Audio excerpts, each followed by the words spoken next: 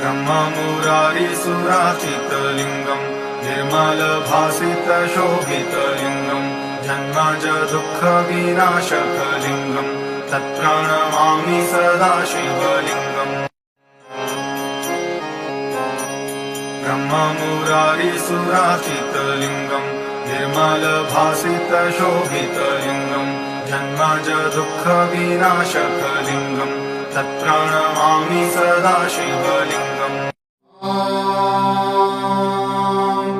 सर्वेश्वराय विद्महे शूलहस्ताय धीमहि तन्नो